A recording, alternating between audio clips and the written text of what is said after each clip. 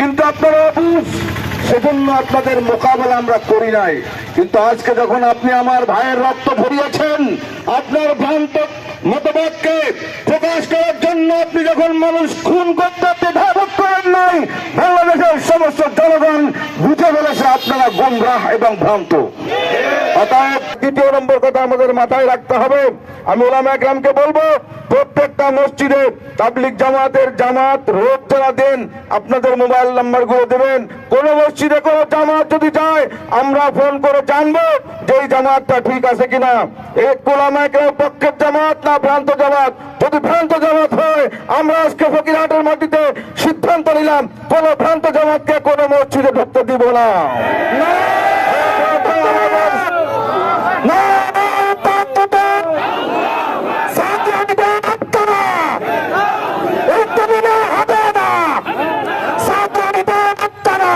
এক শ্রেণীর মুখে এই কথা শোনা যাচ্ছে যে ঝামেলা হয়েছে তবলিগ জামাতের মধ্যে, আলেম ওলামাদের মাথায় এত ব্যথা কেন? কথা বলেন ঠিক না বেঠিক? এই প্রসঙ্গে আমি একটা কথা স্পষ্ট করতে চাই। বাংলাদেশের মানচিত্রে একটা কি আছে? ভৌগোলিক সীমারেখা আছে। আছে কি আছে না? এই ভৌগোলিক সীমারেখা নিয়ন্ত্রণ করে বাংলাদেশের একটা প্রশাসনিক বিভাগের দায়িত্বরত আছেন যাদেরকে বলা হয় বর্ডার গার্ড, নাকি? এদের দায়িত্ব হলো এই বাংলাদেশের মানচিত্রের যে ভৌগোলিক সীমারেখা আছে, এই ভৌগোলিক সীমারেখার মধ্যে কোনো ভিনদেশীদের কুমতলব নিয়ে এদেশের স্বাধীনতা সার্বভৌমত্বকে বিনষ্ট করার জন্য কোনো চক্রী মহল জানে অনুপ্রবেশ করতে না পারে, এইটা দেখভালের দায়িত্ব হলো এই বিজিবি গার্ডদের। কথা বলেন ঠিক না বেঠিক? ঠিক তদ্রুপ দিন আল্লাহ তাআলা জমিনের বুকে বাস্তবায়ন করার জন্য যুগে যুগে নবী রাসূলকে পাঠিয়েছেন। আখিরি জামানার পয়গম্বর এই দ্বীনের এই ধারাকে ঠিক রাখার জন্য জমিনের বুকে ওয়ারেস হিসেবে ওলামাদেরকে রেখে গেছেন, যার কারণে এই দেশের মধ্যে কোনো কুচক্রী মহল কোনো বিশৃঙ্খলা অপতৎপরতা চালাতে না পারে, এজন্য বাংলাদেশের মধ্যে নিয়ে যেতে আসে আইন শৃঙ্খলা বাহিনীর পুলিশ সদস্য ভাইরা। তারা অতন্ত্র প্রহরীর নতুন যেমন ভাবে ঘুরতে থাকে ফিরতে থাকে, এদেশের মধ্যে কোনো অশান্তি বিশৃঙ্খলা এগুলো যাতে করতে। আমার একটা স্পষ্ট কথা, যারা ইতাআতি জামাত বলেন আলেমরা, এটা 100% ভুল। ইতাআত মানে আনুগত্য। যাদের ভিতরে এলেম নাই তারা আনুগত্যশীল হতে পারে না, আনুগত্য করতেও পারে না। ওরা তাগুতি জামাত। ওরা কি জামাত? তাগুতি জামাত, আল্লাহ রসুলের বিরুদ্ধাচরণকারী জামাত। যেহেতু ইতাআত আলেম ওলামাদের ভিতর থেকে শিক্ষা নিতে হবে। একটু আগে আপনারা শুনেছেন, যারা জানে যারা জানে না, নট ইকুয়াল টু যার বিলিভার। যারা জানে এবং যারা জানে না এরা কখনো সমান হতে পারে না। মুসলমানের পরে কোন হক ও হক্কানিয়াতের পরে কোন জালিমের রক্তচক্ষু যদি উদিত হয়, আমরা সেই চক্ষুকে উপরে ফেলতে দ্বিধাবোধ করবো না, ঠিক কিনা? আমি সাথে বন্ধুগণ, আজকে আমাদের যিনি উপস্থিতি, আমরা একটু সহানুভূতিশীল হব। সম্মানিত উপস্থিতি, সহানুভূতিশীল হব। প্রয়োজন এখানে স্বেচ্ছাসেবক হয়ে যায়, আমরা রাস্তাটা একটু আমরা ফাঁকা রাখি। সাদিয়ানি পন্থী আছে, ওরা আমাদের এলাকায় পার্শ্ববর্তী জায়গায় যারা আছে ওনারাও কিন্তু ওই কথাই বলেন যে কথা আমরা বলি। ওরা বলে যে আমরা হকের পথে আছি, ওরা বলে আমরা হিদায়াতের পথে আছি, ঠিক কিনা বলেন? তো এই কথা শুধু ওরা বলে, শুধু তা না, এই কথা কিন্তু আবু জেহেলও বলেছে, উবাই ইবনে খালফ বলেছে, উমাইয়া ইবনে খালফ বলেছে, আব্দুল্লাহ বিন সাবা, বড় বড় মুনাফিক যারা, তারা কিন্তু সেম কথা বলেছে। আল্লাহ তাআলা বলেছেন, ওয়া ইযা কিলা লাহুম লা তুফসিদু ফিল আরদি ক্বালু ইন্নামা নাহনু মুসলিহুন। যুদ্ধের ময়দানে মসজিদে নববীতে বাইতুল্লাহর পার্শ্ববর্তী এলাকায় যখন মুনাফিকরা বিশৃঙ্খলা করেছে, তখন তাদের কাছে জিজ্ঞাসা করা হতো, কিরে তোমরা এই জায়গায় বিশৃঙ্খলা করো কেন? এই জায়গা তো নামাজের জায়গা, এটা তো ইস্তেমার জায়গা, এটা তো তালিম তরবিয়তের জায়গা, এখানে বাড়াবাড়ি কেন করো? তারা উত্তর দিতেছে একটা, যে আমরা তো বিশৃঙ্খলা করি না, বিশৃঙ্খলাকারী যারা তাদেরকে আমরা উত্থাপ করার জন্য এখানে আসছি, শান্তি প্রতিষ্ঠার জন্য আসছি। সাদিয়ানি পন্থী যারা আছে ওদেরকে জিজ্ঞাসা করা হলো, তাবলিগ জামাতের এই বিশ্ব ইজতেমায় টঙ্গীর ময়দানে কেন হামলা করেছো? ঘুমন্ত ওলামায়ে কেরামের প্রতি কেন তুমি অস্ত্র চালিয়েছো?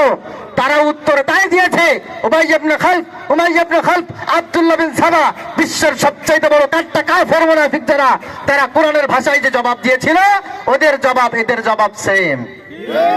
তারা বলছে আমরা হক্কানি তাবলীগ প্রতিষ্ঠা করতে চাই। আল্লাহ তাআলা বললেন না, আলা ইন্নাহুম হুমুল মুফসিদুন, ওরাই হচ্ছে সবচাইতে বড় ফাসাদকারী। কারণ কোন জায়গায় প্রতিবাদ করতে হয়, আস্তে কথা বলতে হয়, জোরে কথা বলতে হয়, এটা ওরা বোঝে না, ওদের উদ্দেশ্য হচ্ছে ভিন্ন। প্রিয় ভাইরা আমার, ফেরাউন কিন্তু জাতিকে এত সহজেই সহজ তার মতো করে গড়ে তুলতে পারে নাই। চলতে চলতে চলতে চলতে এক পর্যায়ে ফেরাউন সিদ্ধান্ত নিয়েছে যে না, উলামায়ে কেরাম যদি বেঁচে থাকে, উলামায়ে কেরাম তাওহীদের বাণী যদি সব মানুষের কাছে পৌঁছে দেয়, তাহলে আমার উদ্দেশ্য সফল হবে না। وَإِذْ نَجَّيْنَاكُمْ مِنْ آلِ فِرْعَوْنَ يَسُومُونَكُمْ سُوءَ الْعَذَابِ يُذَبِّحُونَ أَبْنَاءَكُمْ وَيَسْتَحْيُونَ نِسَاءَكُمْ وَفِي ذَلِكُمْ بَلَاءٌ مِنْ رَبِّكُمْ عَظِيمٌ।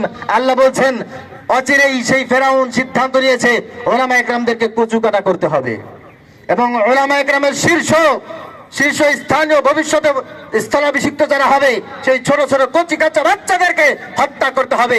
ফেরাউন অবশেষে সেই সিদ্ধান্ত নিয়ে উলামায়ে কেরামদেরকে হত্যা করা শুরু করেছে, এবং ছোট ছোট কচি কাঁচা বাচ্চাদেরকে ফেরাউন হত্যা করা শুরু করে দিয়েছে। অবশেষে আল্লাহ পাক রব্বুল আলামিন তাদের উপরে গজব নাযিল করেছেন নাকি করেন নাই? প্রিয় ভাইরা আমার, বাংলাদেশে 1971 সালের পর থেকে এই পর্যন্ত যত ফ্যাসিস্টের জন্ম হয়েছে, নাস্তিক মুরতাদের জন্ম হয়েছে, কেউ আজ পর্যন্ত তাবলীগের কথা বলার দুঃসাহস করে নাই। এই পর্যন্ত টঙ্গী বিশ্বস্তমায় একটা লাঠি উঁচু করার সাহস কেউ করে নাই। যেই সাহস করেছে এই নমরুদ ফেরাউনের ডিম থেকে ফোটা বাচ্চা, এই সাদিয়ানি পন্থীরা। সুতরাং তাদেরকে বলছি, ফেরাউনের স্থলাভিষিক্ত হয়ে ফেরাউনের রূপ তোমরা যেমন ধারণ করতে পেরেছো, আমরাও মুসার রূপ ভুলে যাই নাই। অচিরেই তোমাদের সামনে মুসার রূপ নিয়ে উলামায়ে কেরাম দাঁড়িয়ে গেছে, ফকিরানের চিত্ততা উজ্জ্বল দৃষ্টান্ত। আব্দুল্লাহ বিন সাবা, উমাইয়া ইবনে খালফ যেই চিত্ত ধারণ করেছিল, সঙ্গে সঙ্গে হযরত আবু বকর, ওমর, উসমান, আলী সঙ্গে সঙ্গে প্রতিবাদ করে যেই সূরত ধারণ করেছিল, আজকের এই মুনাফিক যারা আছে তাদেরকে প্রতিহত করার জন্য উলামায়ে কেরাম এক কাতারে দাঁড়িয়ে গেছে। সুতরাং উপস্থিত আমাদের ঈমানের উপর আঘাত এসেছে, ঈমানের আঘাত লেগেছে, ঈমানটাই রক্তাক্ত হয়েছে, ঈমানে আগুন লেগেছে। এই আগুন নিভাবার জন্য আমরা বারবার বিভিন্ন উপজেলায়, জেলা পর্যায়ে আমরা আজকে প্রতিবাদ মিছিল করতে সক্ষম হয়েছি। কথা বলেন ঠিক না ঠিক? মেরে মুহতারাম হাজিরিন, আমরা সকলেই জানি যেখানে ইসলাম, ঈমান, শরীয়তের উপর আক্রান্ত হয়েছে, সেখানে উলামায়ে কেরামদের ভূমিকা এবং রক্ত সেখানে আমরা ঢেলে দিয়েছি। কথা বলেন ঠিক না ঠিক? আজকে আমরা যেখানে এসেছি, আমরা সকলেই জানি আজকে আমাদের ঈমান নিয়ে ছিলিমিলি খেলা হচ্ছে। আজকে আমাদের ঈমানকে বিকৃতি করার জন্য বিভিন্ন ঘরে ঘরে মোড়ে বিভিন্ন গ্রামে গঞ্জে পর্যন্ত এই সাদিয়ান বাতিল পন্থীরা আজকে উঠে পড়ে লেগেছে। কথা বলেন ঠিক না ঠিক? দাওয়াত ও তাবলীগের জামাত, এই জামাতকে আমরা এক সময় সমস্ত বিশ্বের মধ্যে দ্বীনের দাওয়াত প্রচার প্রসারের জন্য উল্লেখযোগ্য একটি জামাত হিসেবে আমরা জানতাম। কথা ঠিক না বেঠিক? এই জামাত একটি নুরানি জামাত। এই জামাতের মাধ্যমে বাংলাদেশ সহ তামাম বিশ্বের লক্ষ লক্ষ কোটি কোটি পথ ভোলা মানুষ আল্লাহর পথের দিশা পেয়েছে। কথা ঠিক না বেঠিক? অথচ আজকে অতি দুঃখের সঙ্গে বলতে হয়, এই জামাতের মধ্যে ইহুদি এবং খ্রিস্টানদের দালালরা ঢুকে এই জামাতকে বিতর্কিত করতে, এই জামাতকে কলঙ্কিত করার জন্য উঠে পড়ে লেগেছে। আমি আজকের এই প্রোগ্রাম থেকে পরিষ্কার ভাষায় প্রশাসনের কাছে অনুরোধ করে বলতে চাই, আমাদের এই জামাতের মধ্যে ঢুকে যেই সমস্ত ইহুদি নাসারাদের সংগঠনরা, দালালরা আমাদের ভাইদেরকে শহীদ করেছে, হত্যা করেছে, ওদের উপযুক্ত বিচার করতে হবে, দৃষ্টান্তমূলক শাস্তি দিতে হবে। যদি শাস্তি দিতে না পারেন, বর্তমান সরকার যদি এই ইহুদি খ্রিস্টানদের থামাতে ব্যর্থ হয়, উলামায়ে কেরামদের সঙ্গে নিয়ে আমরা সমস্ত জনগণ, তাওহীদি জনতা এই ইহুদি খ্রিস্টানদের বিরুদ্ধে কঠিন অবস্থানে যেতে বাধ্য হব। পরিশেষে একটি কথা বলতে চাই, ভ্রান্ত সাদ সাহেবের অনুসারী কিছু অন্ধভক্ত আমার এই জন্মভূমি ফকিরহাটেও আছে, ঠিক না বেঠিক? এই দালালদেরকে উদ্দেশ্য করে বলতে চাই, আজকের এই প্রোগ্রাম থেকে বলতে চাই, আপনারা ফিরে আসুন। এই হক্কানি জামাতের সঙ্গে, উলামায়ে কেরামের সঙ্গে আপনারা আসুন।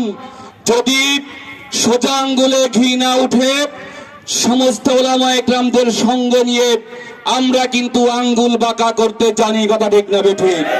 আমাদের এলাকার যে সমস্ত সাদ সাহেবের অনুসারীরা আছেন, বিভিন্ন জায়গায় বসলে আপনাদের কথা বক্তব্য আমরা শুনে থাকি, যেই বিশ্রী ভাষায় আপনারা উলামায়ে কেরামকে বিষোদ্গার করছেন, কটাক্ষ করছেন, আর যদি একদিন এই ধরনের ভাষা আপনারা প্রয়োগ করেন, আমরা আপনাদের বিরুদ্ধে ব্যবস্থা নিতে বাধ্য হব ইনশাআল্লাহ। সমস্ত ভাইদেরকে, আলেম ওলামাদের সঙ্গে মিলেমিশে এই জামাতের